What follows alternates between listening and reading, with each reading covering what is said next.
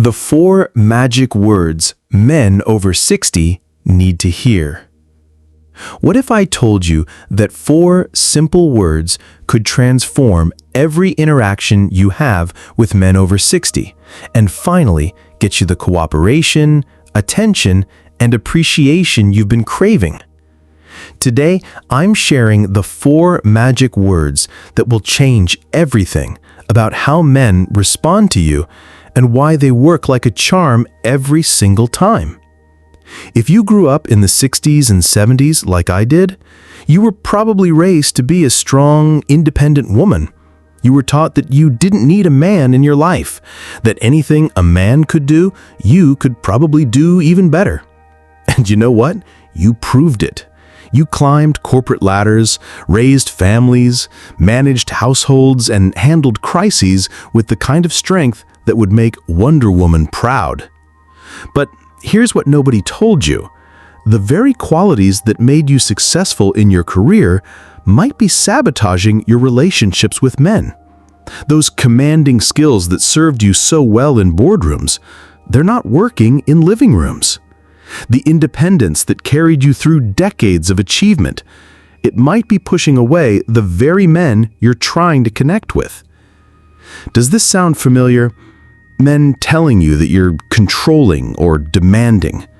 Watching them gravitate toward women who seem to effortlessly get their needs met, while you're left wondering what you're doing wrong. Another Saturday night alone, frustrated and confused about why love feels so much harder now than it should be. If you're tired of feeling like you're speaking a foreign language when you talk to men, if you want to understand what's really going on in their minds, and if you're ready to discover the simple communication secrets that make men over 60 eager to help and please you, subscribe right now. What men over 60 really want. Here's what I've learned after decades of observing relationships. Men over 60 don't want to be your employee, your project, or your problem to solve. They want to be your hero. This isn't about ego or outdated gender roles. It's about basic human psychology. Men are literally wired to protect, provide, and make their partners happy. It's in their DNA coding to keep you safe and cared for. They get genuine satisfaction from being the one who can solve your problems, fix what's broken, and make your life easier. But here's the crucial part. They want to choose to be your hero. They want to feel like their help is needed and appreciated, not demanded or expected. They want to be the knight in shining armor, not the hired help. Think about the men in your life who seem most eager to help certain women. I bet those women have mastered the art of making men feel like heroes rather than servants. They ask for help in ways that make men feel strong, capable, and valued, rather than criticized or controlled.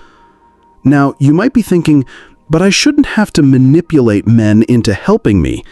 And you're right, this isn't about manipulation. It's about communication. It's about understanding that men and women often hear the same words differently and adjusting your approach to get the results you both want. When a woman asks another woman, "Can you help me move this table?" the woman hears, "Would you mind lending a hand?" But when a man hears those same words, he often hears, "You should move this table for me." The difference between an invitation and an instruction is everything. The good news? Once you understand this difference, you can easily adjust your communication style to bring out the hero in every man you meet. And that's where our 4 magic words come in. The first 2 magic words. I need your help. The first phrase that will transform your interactions with men is deceptively simple. I need your help. Here's why these 3 words are so powerful. They immediately position the man as the solution to your problem. Instead of giving him a task to complete, you're giving him an opportunity to be your hero. Instead of telling him what to do, you're telling him that you need him specifically. Let me give you some examples of how this works. Instead of saying, "Can you reach that box on the top shelf?" try saying, "I need your help reaching that box on the top shelf." Instead of saying, "Will you look at my computer? It's acting weird." Try saying, "I need your help with my computer. It's doing something strange." Instead of saying, "Can you give me a ride to the airport?" try saying, "I need your help getting to the airport." Do you hear the difference? The first versions sound like requests or commands. The second versions sound like opportunities for him to be useful, needed, and important. They trigger his protective instincts rather than his defensive ones. When you start with, "I need your help," you're not just asking for assistance, you're offering him the chance to feel valued and necessary. You're acknowledging that you can't handle this particular situation alone, and that makes him feel strong and capable, rather than used or ordered around. I've watched women transform their relationships with these 3 simple words. Suddenly, men who seemed reluctant to help become eager to assist. Husbands who used to drag their feet on household tasks start volunteering. Male friends and family members become more responsive and cooperative. The next 2 magic words, could you? The second powerful phrase is, could you do me a favor? This phrase is equally magical because it frames your request as a personal favor rather than an expectation. When you ask someone to do you a favor, you're acknowledging that they have a choice. You're not assuming they owe you their help, you're asking for it as a gift. Here's how this works in practice. Instead of saying, "You need to call the insurance company about this claim," try saying, "Could you do me a favor and call the insurance company about this claim?" Instead of saying, "Can you pick up some milk on your way home?" try saying, "Could you do me a favor and pick up some milk on your way home?" Instead of saying, "Will you help me figure out this new phone?" try saying, "Could you do me a favor and help me figure out this new phone?" The word favor is incredibly important here. It implies that his help is a gift, not an obligation. It suggests that you'll be grateful for his assistance rather than simply expecting it. It makes him feel like he's choosing to help you because he wants to, not because he has to. Men over 60 especially respond well to this approach because they've often spent decades feeling like they're expected to handle everything, fix every problem, pay every bill, solve every crisis. When you frame your request as a favor, you're giving him the gift of choice. You're making his help feel voluntary rather than mandatory. I've seen this work magic in relationships. Women who switch to asking for favors instead of giving instructions suddenly find men much more willing to cooperate. It's not about the task itself, it's about how the request makes him feel. The power of appreciation. Now, here's the secret ingredient that makes these magic words even more powerful. Genuine appreciation. Men over 60 often feel underappreciated. They've spent decades working, providing, fixing problems, and handling responsibilities, often without much acknowledgement or gratitude. Many of them feel taken for granted by the important women in their lives. When you use our magic phrases and then follow up with sincere appreciation, you create a positive cycle that transforms relationships. Here's how. After he helps you, don't just say, "Thanks." Say something like, "Thank you so much for helping me with that. I really appreciate you taking the time to figure that out for me." Or, "I'm so grateful you were willing to do that favor for me. It means a lot that I can count on you." Be specific about what he did and how it helped you. Instead of a generic thanks, try, "Thank you for explaining how to use this new app. You made something that seemed impossible feel manageable." Or, I really appreciate you taking the time to look at my car. Knowing that you think it's safe to drive gives me such peace of mind. This specific appreciation does several things. It makes him feel valued for his unique contribution, it shows that you don't take his help for granted, and it makes him want to help you again in the future. It feeds that hero instinct we talked about earlier. I've had men tell me directly, I love helping women who really appreciate what I do for them.